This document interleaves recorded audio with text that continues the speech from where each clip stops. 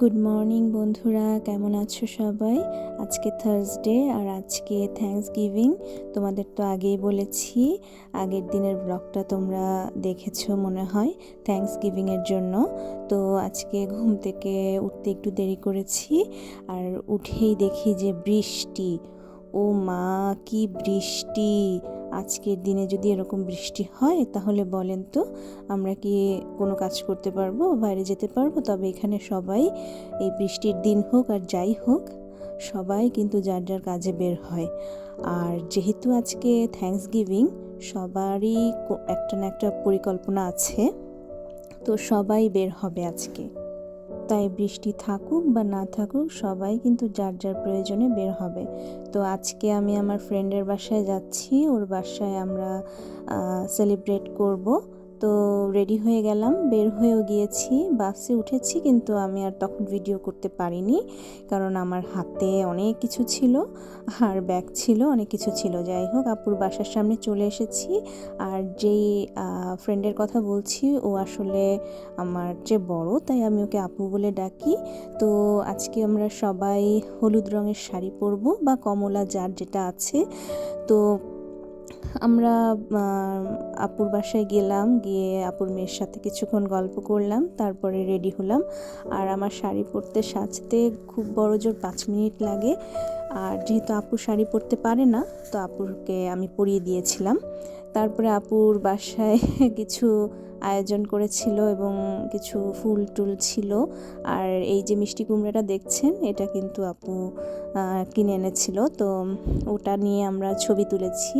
আর এই যে আপুর মেয়ে, সে খুবই দুষ্টু, হ্যাঁ, আবার খুব মজাও করে আমার সাথে। তো আমরা যখন মেডিকেল স্কুলে একসাথে কোর্স করেছিলাম, তো সেখানে আপুর সাথে আমার পরিচয় হয়। যেহেতু আমরা বাঙালি, তো খুব সহজেই মিশে গিয়েছিলাম।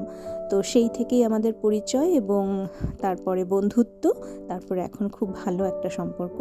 আপু তার বাসায় কোনো প্রোগ্রাম হলেই আমাকে অবশ্যই ইনভাইট করে, এবং নিজের বোনের মতোই আমার সাথে ট্রিট করে। আমাদের খুবই ভালো লাগে জিনিসটা। যে আর বিশেষ করে আমার খুব বেশি ভালো লাগে যে আমেরিকার মতো জায়গায় আমার বাঙালি বন্ধুরা আছে, আমার আপুরা যারাই বলেন। তো এখানে ছোট্ট একটা বেবি এসেছিলো, বেবিটার বয়স মাত্র 4 মাস।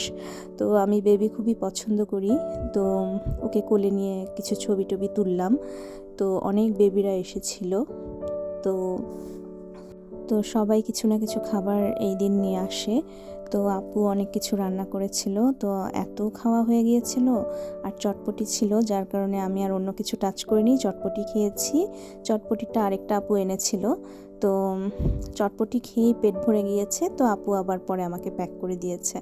তারপরে কিছুক্ষণ ফটো সেশন চললো। তো এই তো আমরা খাওয়া দাওয়া করলাম, আর এই খাবারটা ছিল রাতের ডিনার। তো রাতের ডিনার আর খেতে পারিনি, আপু প্যাক করে দিয়েছে। তো আজকে আমরা অনেক মজা করেছি। কালকে আবার আমার অফিস আছে ভোরবেলা, তো আমি বের হয়ে গিয়েছি একটু তাড়াতাড়ি, কারণ আমাকে আবার বাসায় আসতে হবে। তো আজকের ভিডিওটা একদম ছোট, শর্ট।